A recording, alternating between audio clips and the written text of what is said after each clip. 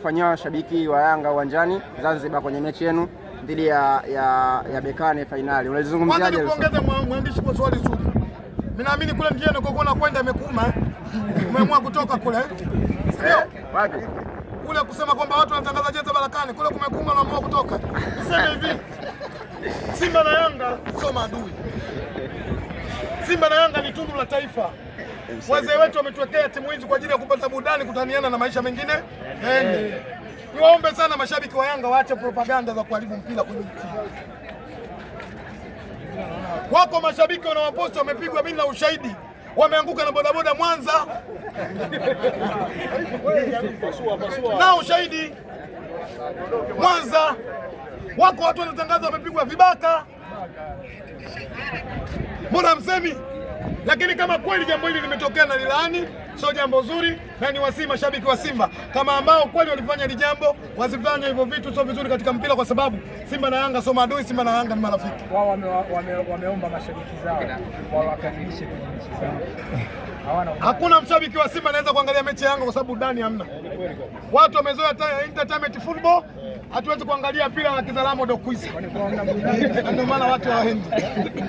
Watu Simba wamezoea entertainment. Akichukua Fernandez Duora, anagonga kwa mkwala kama anakwenda anageuka na tani, anaweka pembezoni Shomari Kapombe anapiga cross, Ateba anaiweka. Watu wa Simba ndio wamezoea brother.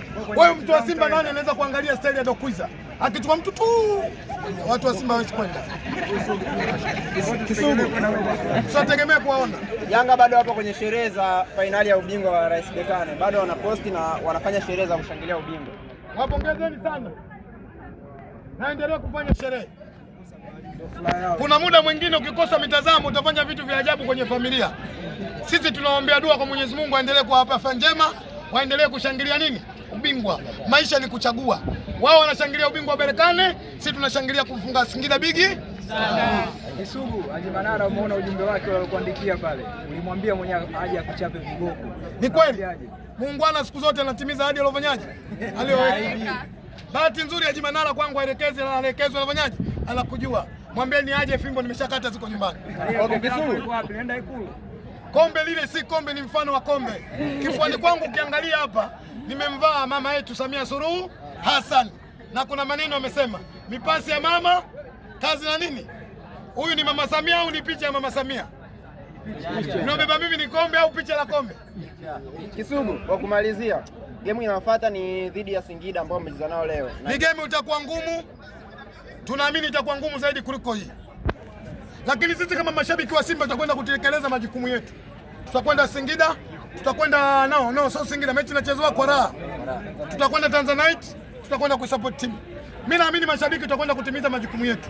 Naamini wachezaji wa Simba tutakwenda kutimiza majukumu yao. Inshallah, Mungu ikimpendeza na jitihada tulizokuwa nazo, tutakwenda kuingia finali ya CRDB Federation Cup. Ujumbe waandishi kabla ya shukrani niachie nimalize. Kabla hatujakwenda kucheza finali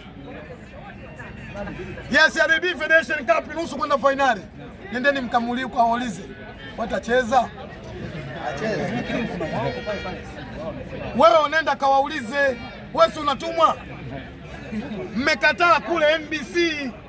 Mwamba anakwenda kupambana kwenda kumfunga Singida. Muko tayari kucheza? Huko amesema anashoka.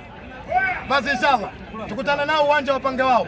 Na washauri sana ikiwezekana wachague uwanja wa Kinesi, sisi tuko tayari. Shukrani. Asante sana waandishi.